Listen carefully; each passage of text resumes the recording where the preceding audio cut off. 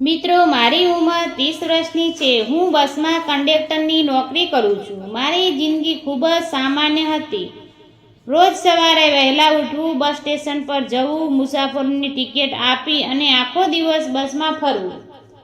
આજ મારી જિંદગી હતી. પરંતુ એક દિવસ બસમાં એવી ઘટના બની કે મારી આખી જિંદગી બદલાઈ ગઈ. હું મહેસાણાની નજીકના ગામડે જતી બસમાં કંડક્ટર તરીકે કામ કરતો હતો. દરરોજ સવારથી સાંજ સુધી અલગ અલગ લોકો બસમાં આવતા અને જતા. કોઈ કામ પર જતા, કોઈ બજારમાં, તો કોઈના પોતાના સગા સંબંધીઓ મળવા જતા. હું બધાને હસીને ટિકિટ આપતી.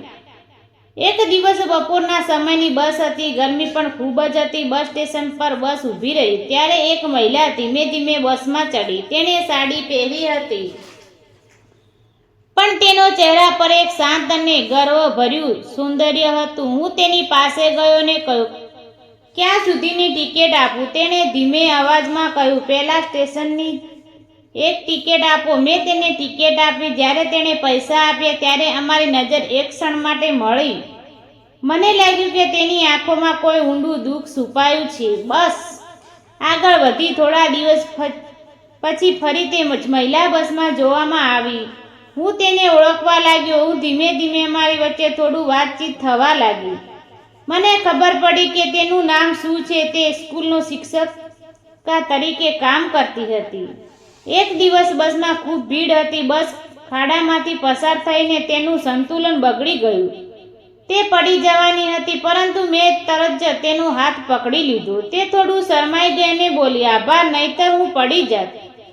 મેં હસીને કહ્યું, આ તો મારું કામ છે. આ પછી અમારી ઓળખાણ, મિત્રતા બદલાઈ ગઈ. ક્યારેક બસ સ્ટેશન પર ચા પીતા વાતો થતી, ક્યારેક બસમાં લાંબી ચર્ચા થતી. તે ખૂબ જ સમજદાર અને દયાળુ હતી. તેની શાંત વાત મને ખૂબ જ શાંતિ મળતી. એક દિવસ ભારે વરસાદ પડી રહ્યો હતો.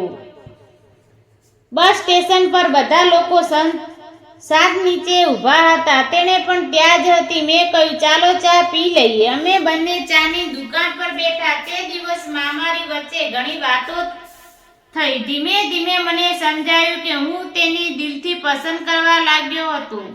એક દિવસ મેં હિંમત કરીને કહ્યું, શું તમને એક વાત કહી શકું? તેણે હસીને કહ્યું કે હા, જરૂર કહો. મેં ધીમે અવાજમાં કહ્યું, મને લાગે છે કે તમે મારા જીવનમાં ખૂબ ખાસ બની ગયા છો. હું તમને પસંદ કરું છું. જો તમે ઈચ્છો તો આપણે લગ્ન વિશે વિચારીએ.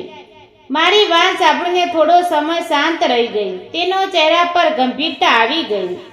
થોડા ક્ષણ પછી તેણે ધીમે અવાજમાં કહ્યું, તમે ખૂબ જ સારા માણસ છો, પરંતુ તમને એક વાત જાણવી જોઈએ. મેં કહ્યું, કઈ વાત? તેણે ધીમેથી કહ્યું, હું વિધવા છું. હું થોડા આશ્ચર્યમાં પડી ગયો, પરંતુ મેં કશું કહ્યું નહીં. તે આગળ બોલવા લાગી, મારા પતિ ખૂબ જ સારા માણસ હતા. અમારા લગ્નને માત્ર 3 વર્ષ થયા હતા.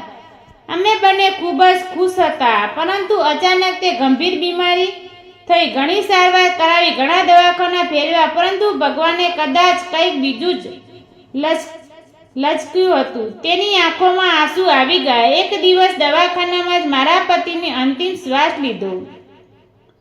તે દિવસ પછી મારી દુનિયા ખાલી થઈ ગઈ. લોકો કહેતા કે જીવન આગળ વધે છે, પરંતુ મારા માટે બધું અટકી ગયું હતું. થોડા ક્ષણમાં તે શાંત સવાઈ ગઈ. તે અગાઉ બોલી, મને ડર લાગે છે હું ફરી કોઈના જીવનમાં મુશ્કેલ ના બની જાઉં. મેં તેની આંખોમાં કહ્યું, જીવનમાં દુઃખ આવવું એ આપણા હાથમાં નથી, પરંતુ ફરીથી ખુશ થવાનો નિર્ણય આપણા હાથમાં છે.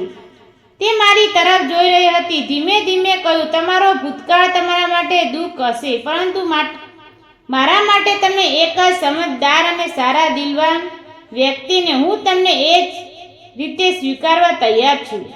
તેની આંખોમાં ફરી આંસુ આવી ગયા, પરંતુ આ વખતે તે ખુશીના આંસુ હતા. તેણે ધીમેથી કહ્યું, શું તમે ખરેખર કોઈ વાંધો નહીં?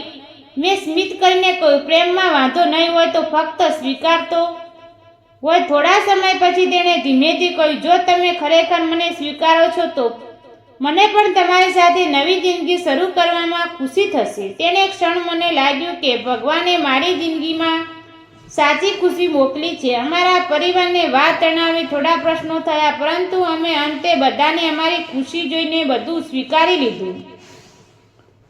થોડા મહિનાઓ પછી પછી અમે બંને સાદાઈથી લગ્ન કરી લીધા. આજે પણ હું બસમાં કંડક્ટર તરીકે સેવા કરું છું, પરંતુ હવે મારી જિંદગીમાં હું એકલો નથી, તે મારી સાથે જ છે. અને આજે હું એક વાત દિલથી માનું છું, જીવનમાં દુઃખ આવે તો પણ આશા છોડવી નહીં.